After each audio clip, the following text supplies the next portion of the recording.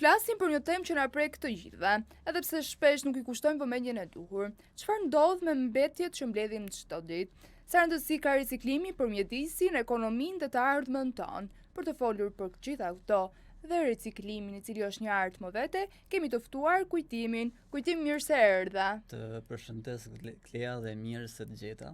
Tani për të gjithë ato që nuk të njohin me emrin Kujtim, emri i artit yti është? Emri im është Memory Art 3, sepse memori lidhet me pjesën e kujtimit. Pra është një lloj i memorie që ruan brenda, ose është një lloj kutie thojza, që ruan brenda edhe të pjesën e të kalumes, edhe pjesën e të tashmes, e memorie pra. Por e kam lidhur shumë me pjesën e riciklimit, sepse zakonisht pjesa e riciklimit që unë bëj është eco art, pra që mbetjet të ngurta dhe mbetjet e buta, siç janë plastika e butë, letra, plastika e çokoladave, për shembull, nëse ne marrim një karrike që e riciklojmë, ne ngjesim mbi të plastikën e çokoladave. Pra, vetë karrikja është një proces transformimit. Siç nën pjesën e jetës përditshme, ku njeriu sot mendon ndrysh, me kalimin e kohës evolon, transformohet, vetë riciklohet në thojza dhe evolon drejt ardhmes. Kështu i kam pasur unë pjesën e mbetjeve që njerëzit i tresin, i neglizhojnë sikur janë asgjë, por janë çdo gjë, sepse pa to nuk do kishte konsumim, është diçka që mban ato që ti e konsumon dhe në fund e tresin, e përbuzin. Unë kam zgjedhur që të bëj një eco art të veçantë, duke i ngjit botë të ndryshme të plastikës, të butë, si thamë unë, që është pjesa e letrave çokoladës, mund të jetë pjesa e letrave, gazetave, plastika e ngurtë që mund ta ngjisin dikun dhe duke e kthyer edhe në vepër artit të abstraksionit, diçka të çuditshme, por duke dhënë edhe mesazhin që nuk duhet treten.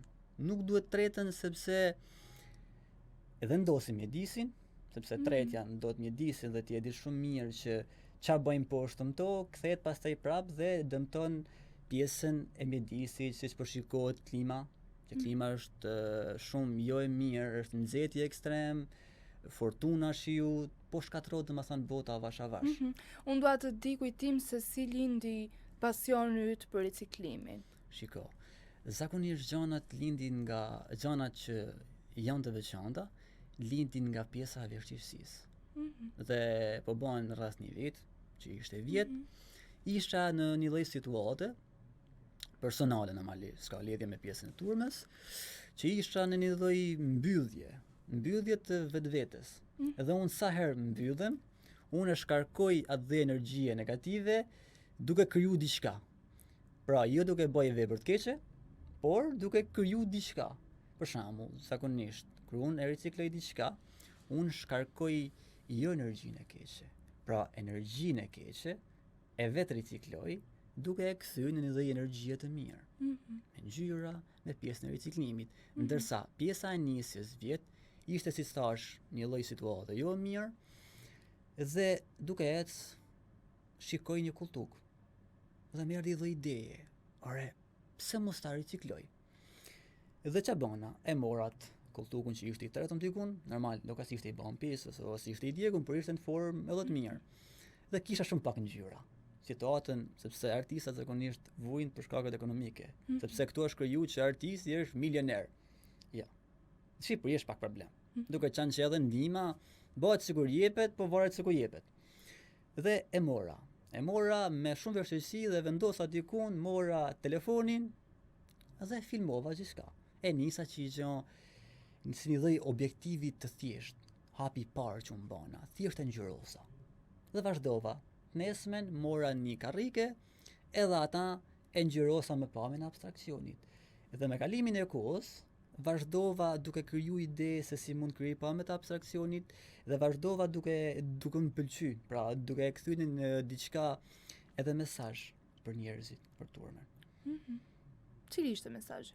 Mesazhi është që çdo gjë riciklohet ose transformohet, mund ta quajmë. Siç është, unë e ceka dhe në fillim thash për pjesën e njerëzve. Njeriu evolon, siç bota evoloi.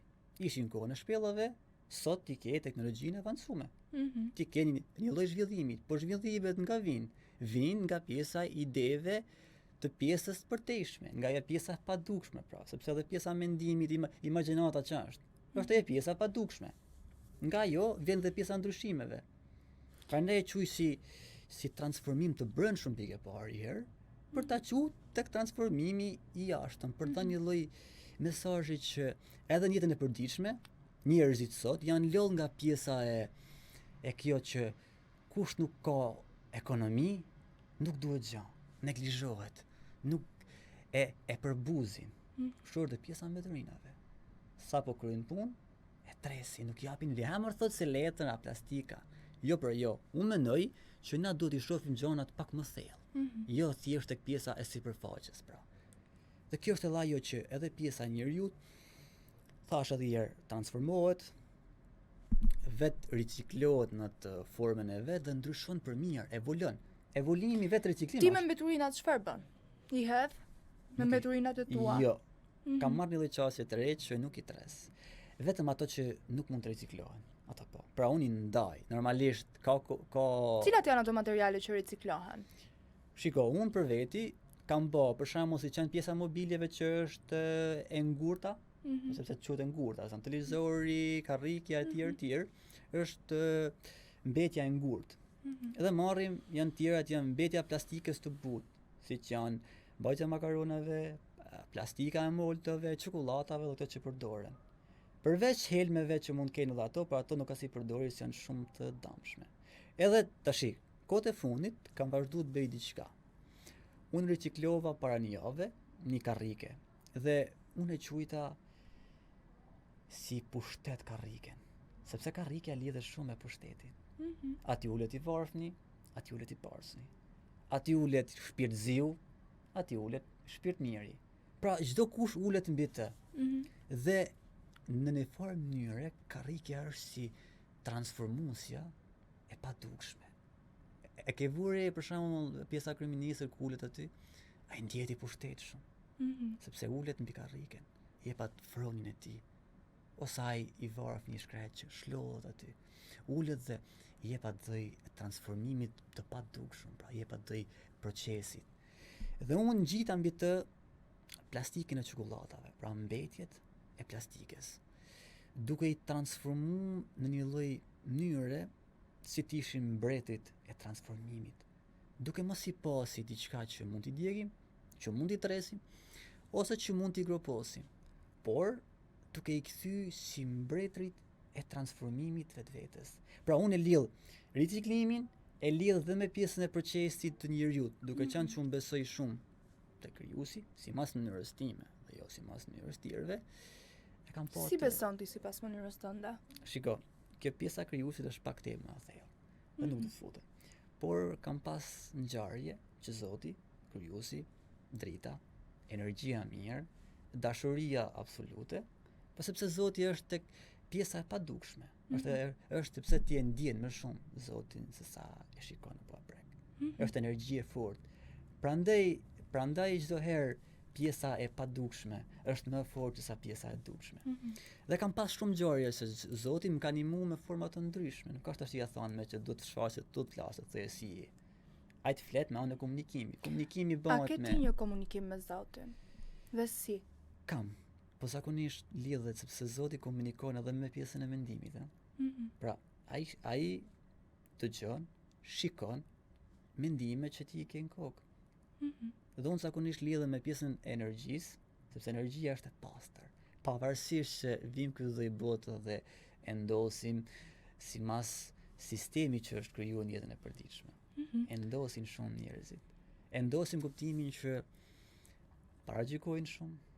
Është krijuar një lloj atmosfere që si të jetë në xhungël, që gjasme ai që ka pushtetin, ai që ka ekonominë dhe ai që ka forcën është më i miri.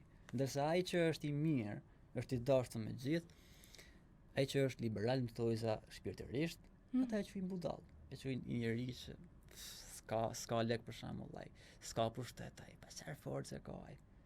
Aty është Zoti pra, tek ai i miri që e përbuzin gjithë. Aty shkon ai, nuk shkon tek ai forti ka se unë jam. Forcia është ta ndihmosh dikan. Dhe jo ti bish me shkelm kur është rat. Aja forca domethënë që është Zoti kur ti e ndihmon dikën, aty është Zoti. Është te pjesa e energjisë mbrëmshme. Jo kur ti je për buzë dhe i bën shkel, siç vajnë për shembull. Nuk janë gjithë, se ka njerëz të mirë sa dushme, le të them. Pra është edhe kjo quhet një lloj riciklimit. Kështu e quajnë, nga mënyra filozofike. Nuk e prisja se je kaq i zgjuar, kaq i artikuluar. Shiko. Po mohabet. I zut është pak diçka më madhe. Jo, Thjesht ti shiko, shumë ti se kjo mund të jetë edhe pak ironike për i teje. Jo, nuk është fare ironike. Problemi është se i zut nuk e menoj se jam, sepse kjo pjesa e zgjuarësisë, kur ti thuaj zut, pra ti zgjohesh. Dhe zgjimi është i lloj vëzhgimit i brendshëm që ti. Në rregull, më folë mua për njerëzit e varfër, për pjesën që njerëzit me pushtet, njerëzit pa pushtet. Më fole për Zotin, për komunikimet e tua që bën me Zotin. Por njëkohësisht më thej që edhe Zoti është me njerëzit e varfër, le t'i quajmë të varfër, me njerëzit që besojnë, që komunikojnë dhe jo me të fortit. Kjo gjë vjen nga libra që ke lexuar apo këtë e thua thjesht nga përvoja jote personale? Më fal, kjo është përvoja dhe kjo është ajo që kuptoj unë. Tash shiko pak. E lidha me të fortin e lig. Patjetër. Ndahen gjanat. Ka të fortë që janë të mirë, ka të fortë që mundohen për ta pështu dikën dhe ai nuk ka se është i fortë i lig. Nëse dikush po i bën atë lloj e keqe dhe dikush tjetër e pështon ata edhe në mënyrën fizike, kjo është forca. Pra, ka të fortë dhe të fortë, varet se ka çu. Unë mendoj që i fortë është ai që e mron dikën, më thash. Pa. I fortë është ai që mundohet ta ndihmojë dikën. Dhe jo ai që përdoret i lloj shprehje në veri që të cofe pjesa baktisë time vetëm që të cofe lloba jote, pak a shumë e kuptova ti. Nuk unë s'e kam atë, unë tham që ore, kemi edhe unë, po të kesh edhe ti zot inshallah. Mundësisht kemi zëm të dy. Po edhe po spata unë keti, mos ka ne problem. Nuk e kam atë, asnjëherë nuk kam ec me atë qëllimin e smirllëkut, me atë shpirtëzin, me atë judizmin. Sepse sot judizmi është tu pak si shumë. Ka qenë për herë judizmi. E ke me mall që ti të afrosh dikën afër. Thash, nuk janë gjithë kësi, po varet se ka afro, nuk i njeh njerëzit. Dikush kënaqet me gjën e keqe që ti po të noll. E quhen si lloj ushqimi thaj. I kënaqet i shpirti i zi që ka. Bollëzi e ka, më thoj se s'kemi ne gjën sepse ngjyra zezë nuk ka lidhje, por po e marrim pa të keq, pa të keq. Jo, sepse po për ty, si një artist që je, cila është ngjyra jote e preferuar, që riciklon, ngjyra që riciklon? Shiko, unë kam diçka. Për mua janë këto ngjyrat e qeta. Mendon se këto japin më shumë jetë? Si mas me, sepse bota është e perceptimit. Kjo dhe bota është materiale, materie, e prekshme, e matshme. Kur e mat, është pak me hile. Kjo matja, heshim i kerm, vem i kerm, i numër tjetër, fal kerm tash, i numër tjetër. Dhe është pak si me hile, sidomos pjesa njerëzimit që sot që është kriju është pak me hile.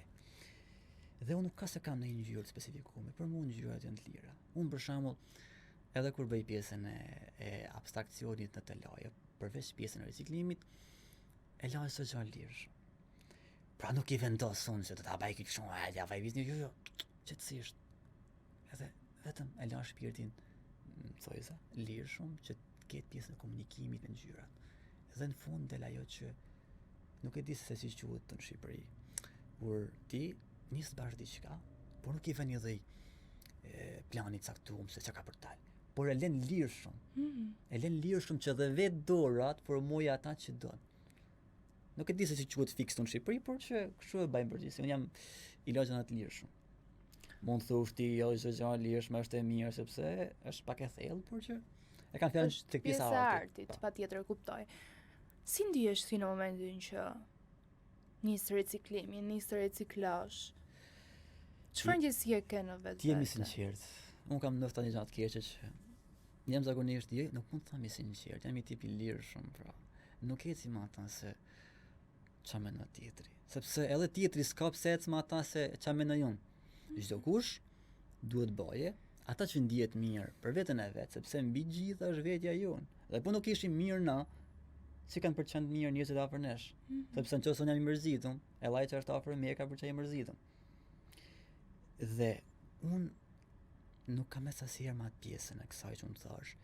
Por te pjesa e riciklimit të ndihem mirë, riciklimi që unë mbaj është diçka e vështirë, tani quhet arti i varfër. Ai që bëhen quhet arti i varfër, kur ti mbledh mbetjet edhe i ngjit mbi diçka duke e përdorur si një lloj telajo atë pjesën e diçkas. Dhe mbi ta ç'a bën?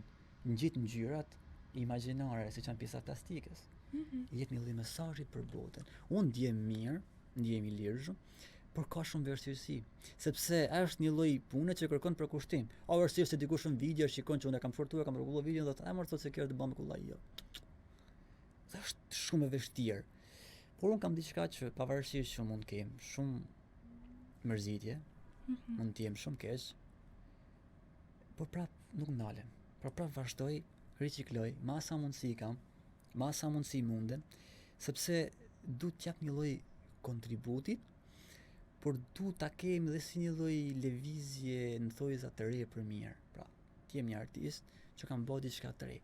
Nuk është problemi vetëm ha, pi, ashtu edhe kështu. Problemi është se edhe ato mi vë, por duhet lëm diçka mrapa, nga pas. Nuk është problemi vetëm thjesht të bëjmë atë gjëje dhe Kujtim, unë dua të di se a ke pasur ndonjëherë paragjykime nga puna që ke bërë dhe nga arti që ke zgjedhur të sjellësh. Po normalisht, sepse më edhe në shkolla. Mos kujto ti se kanë atë lloj edukimit edhe për shkolla, se po jepet ai lloj lande, se shiko se ai lloj arti është i bukur, po nuk mësohet ai lloj gjëje. Dhe fëmia mësohet, mandej në atë moment është turp kjo, është turp ajo. Mësohet me bizë të paragjykimit. Çfarë për ti sa i thoje, "Ua, jo, zakonisht fëmijët e vegjël, zakonisht më ka bërë përshtypje diçka që fëmijët nga mosha 5, 6, si për 10 janë shumë sinqert i pjesë, pra pëlqejnë, kënaqen. Sa bukur sepse fëmijët tërheken tek pjesa e ngjyrave, e pëlqejnë ngjyrën. Edhe fëmia është jo paragjykuese në përgjithësi. Shumën e herëve fëmia nuk paragjykon, sepse e ka atë shpirtin e pastër, derisa fëmia rritet dhe formohet duke pa rrotull dhe në arsim, varet se çfarë arsimit, varet shkolla, varet e tjerë. Kam pas paragjykim, por me thënë drejtën, jo si jam egoist më. Po pse duhet mërzitem unë? Ma thyti mu. Pse unë s'po i bëj keq ku i funit, po mundohem t'jap një lloj mesazhi si mas në mënyrës time më. Asa unë di, nuk po i bëj keq ku i funit. Qofse unë do t'i kisha bë keq dikujt, do ta menduar 2 herë. Ore, po i bëj keq ti personit për shkakun. Atëherë po. Po përderisa unë po bëj diçka të bukur, po jap një lloj mesazhi. Simas mënyrës time tash nuk është, sepse njerëzimi është mësu. Nëse ti nuk shikon një pemë dhe bën edhe artit nërsh, kjo quhet shkarravin dhe kjo quhet fix art. Jo, pra jo, është simas meje. Është një lloj botkuptimit i gabum. Njeriu, thash edhe herë, bën atë lloj çaje që i duket mirë për ta. Mandej, kush i pëlqen, i afrohet, i jep vëllezën komplimentit, ose dikush tjetër ka mendimin e vet, nuk e pëlqen, s'ka problem. E mirëpres, domethënë, edhe e kam shumë gjanë. Vetëm do t'jemi të sinqertë dhe jo me atë ligësinë, me atë judizmin, si thamë shpesh herë. Tani kemi shoh që ke ricikluar një telefon. Po, po ja themi markën se shikohet pa mark aty. Por kam zgjedh telefon, ndoshta të ke pas për ta bërë pyetjen, po s'ka problem. Jo, pse ke zgjedhur pikërisht telefonin? Kam zgjedh telefonin sepse telefoni është mjet teknologjik. Është evolim. Pra, brenda telefonit ti ke sot çdo lloj informacioni, ti lidhesh me skaj botës. Ti shikon çdo lloj video. Shikon të mirën, shikon të keqen. Shumë kohë përpara nuk ka pas telefona. Ka pas vetëm letra. Madje dikur as letra jo, i shkruajnë të pjesa druve, përdorshin një lloj ngjyra, një lloj gjaje që e shkruajnë diku në një mënyrë për ta shkruajtur. Gjatë evolimit si sa shon ty që njeriu vetvete riciklohet, zhvillohet, krijon, e bën jetesën më të lirë. Pra nga letra që ishte e lodhshme, u kriju teknologjia. Teknologjia është evolimi dhe u kriju telefoni. Pra unë kam zgjedh t'i shkrim thojza në mënyrë simbolike këto lloj lapsit dhe unë ta kthej nga laps ta ngjis mbi telefon. Pra nga dikur që e përdornin letrën si telefon dhe lapsin si telefon, ti sot i ke të dyja. Ti edhe shkruan, edhe dërgon. Bravo. Pra është një lloj evolimit. Nesër ke për të pasur një lloj skeme tjetër, ku ndoshta s'ke prek fare me dorë, shkon sipas pjesës të mendimit, besoj unë tash. Dhe kam përdorur abstraksioni, domethënë, është modernizimi, është pjesa e ngjyrave që unë kam hedhur mbi ta. Unë nuk mund rri për pa përdorur ngjyra, bujra. Kënaqem. Kur i përdor ato kënaqem. Duket një tip lehtësie. Kënaqesh, a? Kënaqem, edhe një kënaqje. Është shumë interesante, ë? Ju lutem kamera. Është shumë interesant. Është një telefon pra me ngjyra akrilikut. Por është pjesa e mesazhit më që unë e di se ka bërë thënë hamër se telefon nuk ka ndonjë gjë. Bjeri policisë dhe dhënë. Ose morim ambulancën se. Edhe unë pranë thash, e gjithë problemi është tek pjesa e mesazhit. Dhe jam mundu që të thosh edhe herë të jap një lloj mesazhi. Që jo çdo gjë duhet përbuz. Siç përbuz të thosh njeriu. Për mua nuk më duket të drejtë. Ti ke sot, ta marr edhe këtë. Ti ke sot në botë që sundojnë lidrat botëror. A ke pasi ke? Shumë, shpirtëzi. Edhe urrat që japin nuk kanë pikë mëshire. Un jam për një shtet, do të thotë të mendimin tim personal se si mund të jetë edhe i shtetit. Po tjetër. Që të jetë shtet që ndihmon, pra të jetë një lloj dore. Jo dorë që të bën shpull, sikur e përdorin këtu në Shqipëri pjesa burtatarëve që në vend se më të dha dorën, ta futi shpull. Thoj sa. Tashi po një dorë që e ndihmon. Kujtim, më the pak më parë që unë komunikoj me Zotin. Edhe mua më ngeli në mendja. Unë do të pyes pak më shumë rreth kësaj. Si komunikon ti me Zotin? Ta thash pra. Është energjia, po nuk mund ta shpjegoj ka Nuk mund të shpjegoj edhe për njerëzit, po duhet shumë misione të tjerët që të dinë të tjerët, se mbase din shumë mirë. Si? Sepse ka njerëz se e di si duhet të fol, a thua se un jam i vetmi në botë që po shpëtoj botën tash, edhe po flas me Zotin. Unë nuk po them që po shpëton botën. Se Zoti s'kam se më shpëtuar. Si është na shpëton ai neve, po thjesht dua të di diçka më shumë. Tash atë herë. Sa herë në ditë përmend Zotin ti? Ajo është diçka personale që unë ka thënë. Mos më kërko të tham shumë gjëra. Është diçka që nuk mund ta them. Ndërsh të kishte kuptim kjo. Do ishte diçka që e marrin vetë gjithë. Çdo kush ka mënyrën e vet se si komunikon me Zotin. Por Zoti zakonisht tash edhe herë dëgjon dhe lutjet që ti bën pjesën e mendimeve. Pra ti mendon, domethënë ti lutesh edhe me pjesën e mendimit. Meditim. Mendim. Po si dush çuje ti, mos si dush më çuje, nuk ka nevojë të thjesht rri qet. Ti qeti. Edhe kur jen kafe thjesht mendon dhe i lutesh sipas mendimit, sipas meja, se dikush e ka mënyrën e vet, mos unë nuk mund t'i them djerve si mu lut. A mendon ti se Zoti i realizon të gjithë dëshirat dhe i plotson të gjithë lutjet? Po kjo është gabumja, pra, se na shohim Zotin si një lloj si quhet ai gjindi Aladinit, më fal, nuk e di se si e ka ata, se e kam harruar që u bën vite, po s'ka pra lidhje ashtu. Nuk ka se është dikur që i plotso pjesën e dëshirave sipas tekave të mijave apo tuja apo tjetrit. Zoti është tash edhe herë, është diçka, është një lloj dashurie që nuk paragjykon. Zoti nuk paragjykon. Mundësisht ai jep shansin edhe atij që është i lig, e ka qenë, mundohet për t'ia dhënë atë dritën e mbrëmshme. Është ajo dritë që tash edhe herë lidrave botëror, që këtu në Shqipëri na e di, po botëror ju mungon. Kanë thjesht një lloj errësire mbrëna. Edhe çdo gjë që e bëjnë nuk ka shije për to. Vetëm kënaqen kur ndodhi gjë e keqe. Ti ke liderin global që ti e din, dhe ai flet me një lloj, domethënë një lloj bubu është shumë keq. Vetëm mënyra si flet. Në vend që thash edhe herë të krijohet një lloj dore që e ndihmon popujt, por duan përçarje ndaj popullit. Unë kam vënë re që masa kam kuptuar, nuk e duan paqen në botë. Nuk e duan evolimin. Duan që ti të kesh përçarje midis njëri tjetrit. Ti pse veshe këtë rroz, ti pse vesha ata, jo kjo kështu, jo kjo ashtu, dhe fillon pjesa përçarjes, fillon konflikti, fillon sherrri, fillon paragjykimi.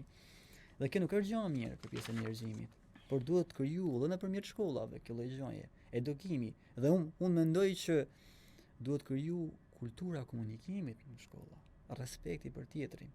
Pra pa e pa se kush ka dhe kush nuk ka. Patjetër. Por duke e respektu siç është njeriu, pavarësisht që mund ketë edhe dëmtime në trup siç janë na kupton vetë, njerëzit nuk ka lidhje. Ai respektohet, ai duhet fort. Nuk shikohet, se kur shikojnë do.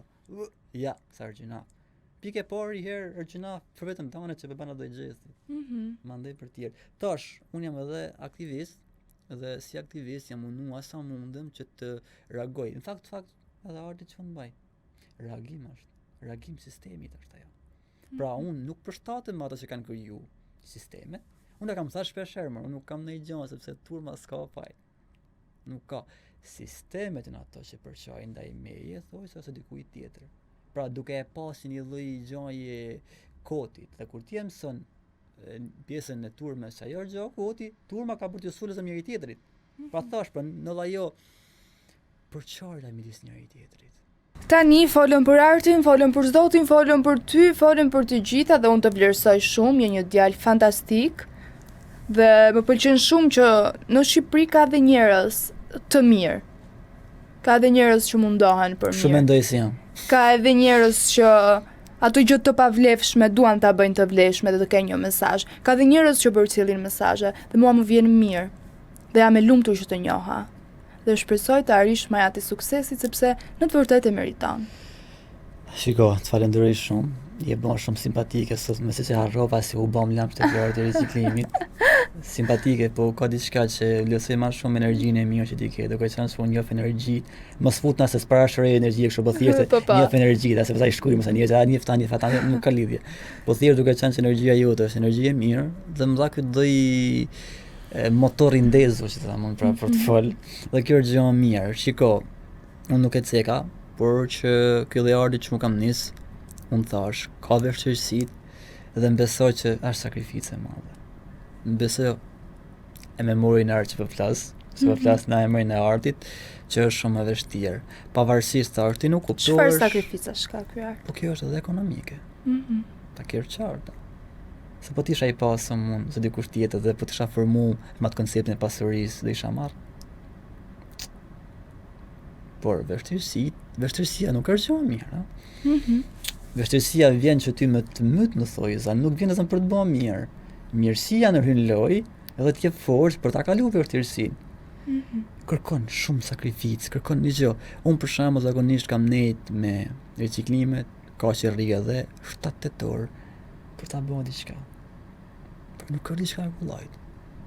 Është lodhje. Po lodhje dhe ti duhet të fusish dur, do t'i bësh pjesëdur shumë lloj formash. Plus kushtet, e di cila është studja ime ato që kam unë? Mos e pyet. Galeria e madhe e artit. Dhe studja që kam unë është një tavolinë e vogël është ajo. Mbaron tavolinë e vogël, kaq nuk është tavolinë e madhe. Dhe unë punoj mbi ta. Ma sa mund, nuk është se kam ne atë rrjedhë. Sa modest. Po modest.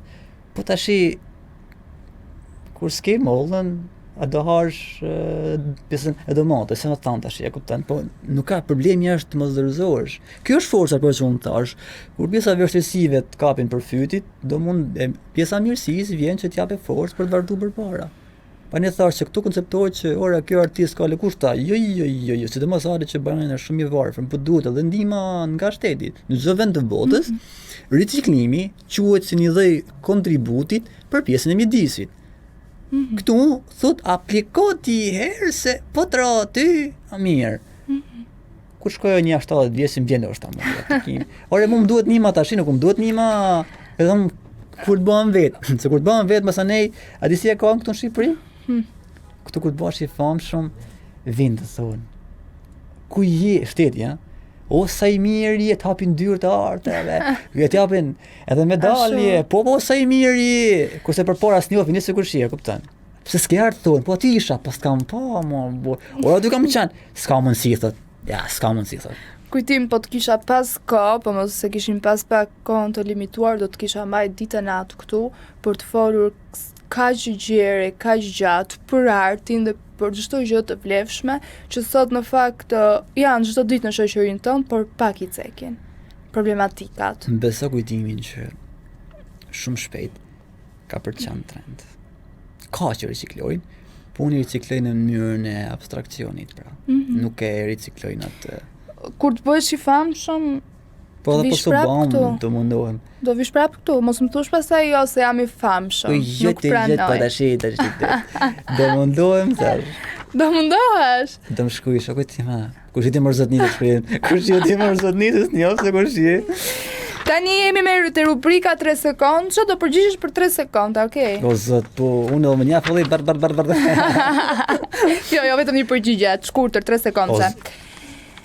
Plastik apo qelç? Të dyja. Njënën. Plastik. Shqipëria në rrugën e duhur apo jo? A bën kështu? Po nuk lejohet. Dhe i shaka. Shqipëria herë për herë është në krah tjetër.